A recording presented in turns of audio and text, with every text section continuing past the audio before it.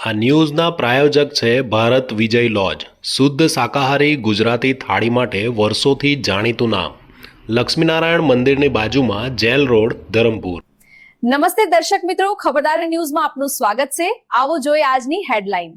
વાપી ચણોદ ભાનુશાલી વાડીમાં આયોજિત કાર્યક્રમે એક અનોખી મિસાલ રજૂ કરી દેશ માટે શહીદ જવાનોની પત્નીઓને હળદી કુમકુમ કાર્યક્રમમાં સામેલ કરી સમાજ સમક્ષ ઉમદા ઉદાહરણ પૂરું પાડ્યું। શ્રી સંજય શિંદે અને શ્રીમતી શ્રીદેવી શિંદે દ્વારા આયોજિત હળદી કુમકુમ સમારોહમાં શહીદ જવાનોની વિધવાઓને સામેલ કરી સમાજ સમક્ષ એક અનોખું ઉદાહરણ રજૂ કરવામાં આવ્યું છે।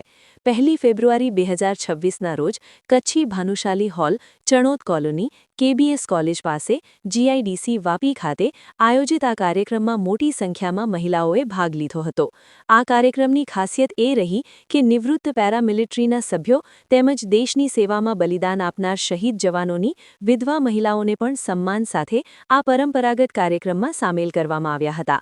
આયોજકોએ સમાજને સંદેશ આપ્યો કે શહીદોની પત્નીઓ પણ સમાજનો અભિન્ન ભાગ છે અને તેમને પણ સન્માન સાથે જીવવાનો સંપૂર્ણ અધિકાર છે। કાર્યક્રમની મુખ્ય મહેમાન તરીકે અખિલ ભારતીય મહિલા ગુજરાત રાજ્ય પ્રમુખ, રાષ્ટ્રવાદી કોંગ્રેસ પાર્ટી ગુજરાત રાજ્ય મહિલા પ્રમુખ શ્રીમતી નિશા પ્રજાપતિ હાજર રહ્યા હતા। વિશિષ્ટ અતિથિ તરીકે શ્રીમતી અશ્વિનીતાઈ રાણે, શ્રીમતી કવિતા ચૌધરી, ખુશાલ વાઢુ, ગોપાલ મહાત્રા અને રીમા કલવાની ઉપસ્થિત રહ્યા હતા। તમામ ઉપસ્થિત મહેમાનોને આવકારીને સન્માનિત કરવામાં આવ્યા હતા। હલ્દી કુમકુમ કાર્યક્રમ એ ભારતીય સંસ્કૃતિમાં ખાસ કરીને મહારાષ્ટ્ર, કર્ણાટક, આંધ્રપ્રદેશ, તેલંગાણા, ગોવા અને ગુજરાત જેવા પશ્ચિમી ભાગોમાં ખૂબ જ લોકપ્રિય અને મહત્વપૂર્ણ પરંપરા છે। આ કાર્યક્રમ મુખ્યત્વે પરિણીત મહિલાઓ એટલે કે સુવાસિનીઓ દ્વારા યોજવામાં આવે છે। હલ્દી કુમકુમ કાર્યક્રમનું મહત્વ એ છે કે પરિણીત જીવનનું પ્રતીક એટલે કે હળદર એટલે કે હલ્દી અને કુમકુમ એટલે કે લાલ ચોળો એ સુહાગની નિશાની છે। આ કાર્યક્રમમાં મહિલાઓ એકબીજાના માથા પર હળદર અને કુમકુમ લગાવે છે, જેનાથી પતિના લાંબા આયુષ્ય, સુખ સમૃદ્ધિ અને સ્વાસ્થ્યની કામના કરવામાં આવે છે। કાર્યક્રમના આયોજક સંજય શિંદે અને શ્રીમતી શ્રીદેવી શિંદેએ દરેક મહિલાઓને વર્ષના પહેલો ત્યોહાર મકર સંક્રાંતિની હાર્દિક શુભકામનાઓ આપતા તેઓએ કહ્યું કે શહીદ પરિવારોને સન્માનિત કરવાનો આ નાનકડો પ્રયાસ કરવામાં આવ્યો છે। આ કાર્યક્રમમાં સહભોજનની પણ વ્યવસ્થા કરવામાં આવી હતી। આયોજકોએ સમાજમાં આવા કાર્યક્રમો દ્વારા સંવેદનશીલતા અને સમાનતાનો સંદેશ આપવાનો પ્રયાસ કર્યો હતો। આ કાર્યક્રમમાં સેંકડોની સંખ્યામાં મહિલાઓ જોડાઈ હતી।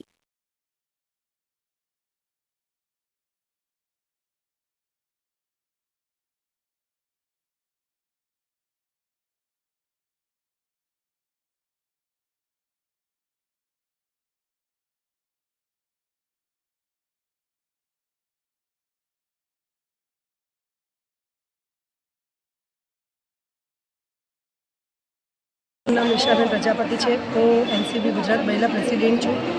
આ જે હલ્દી કુમકુમનો કાર્યક્રમ છે એકચ્યુઅલી મહારાષ્ટ્રનો ટ્રેડિશનલ પ્રોગ્રામ છે, પણ આજે આ પ્રોગ્રામમાં મેં ફર્સ્ટ વાર હું આવી છું અને આ પ્રોગ્રામ જોઈને મને ઘણો અતિ આનંદ એવો થાય છે કે ખરેખર મહારાષ્ટ્રનો જે આ ઉત્તરાયણ પછીનો જે ફર્સ્ટ તહેવાર છે હલ્દી કુમકુમનો એ એકદમ બેસ્ટ તહેવાર છે। આ જાણીને આપણને ખબર બી પડે છે કે મહિલાઓનું સન્માન આપણે કરવું જોઈએ અને એને એક સુહાગન છે એના એક આશીર્વાદ બી એને મળે છે। એકબીજા મહિલા એકબીજાને આશીર્વાદ આપે છે કે સદા સુહાગન રહો।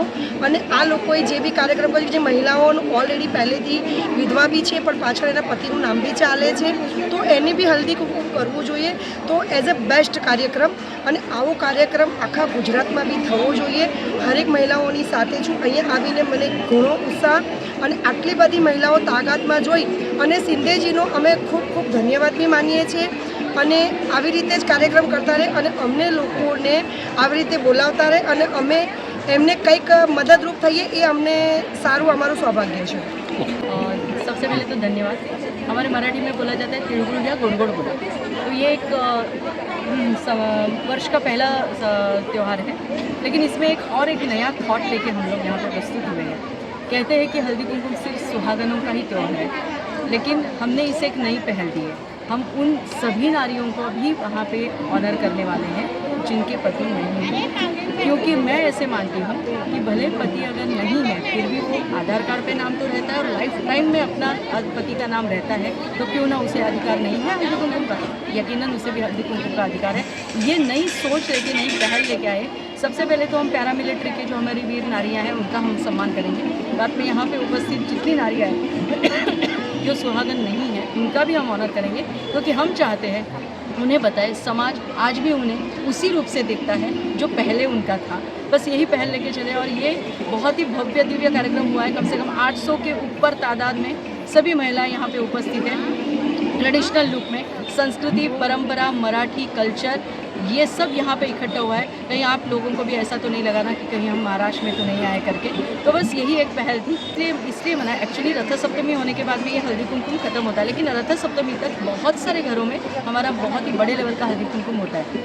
और सिंधे बहनी साहब का ऐसा था कि हम सभी महिला इकट्ठा चाहते थे, तो क्यों ना मैंने कहा कि बाद में तुरंत ही 8 दिन के पहले ही हम लोग मना दिया जाए, ताकि सभी महिलाएं यहाँ पे उपस्थित भी हो सकेगी भारी तादाद में और इस प्रोग्राम का आनंद भी ले सकेगी। आपने अगर इसे कवर कर लिया होगा तो पूरा मराठी ट्रेडिशनल हमने दिखाया हुआ है, और दूसरी ही साथ साथ में हमने ये भी दिखाया हुआ है कि आप यकीनन हमारी जन्मभूमि से दूर हो।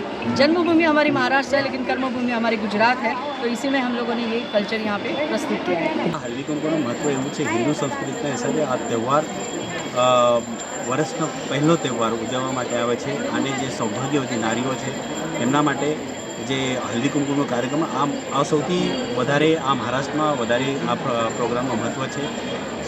જે સૌભાગ્ય મહિલાઓ છે એમને હલ્દી કુમકુમનું તિલક કરીને એક બીજી મહિલા બીજાના ઘરે જઈને એક સ્વાગત આવકારે છે, અને આવનારા વર્ષમાં સારું વરસ જાય એના માટે એકબીજાને એવું સ્વાગત કરે છે અને શુભકામનાઓ આપે છે।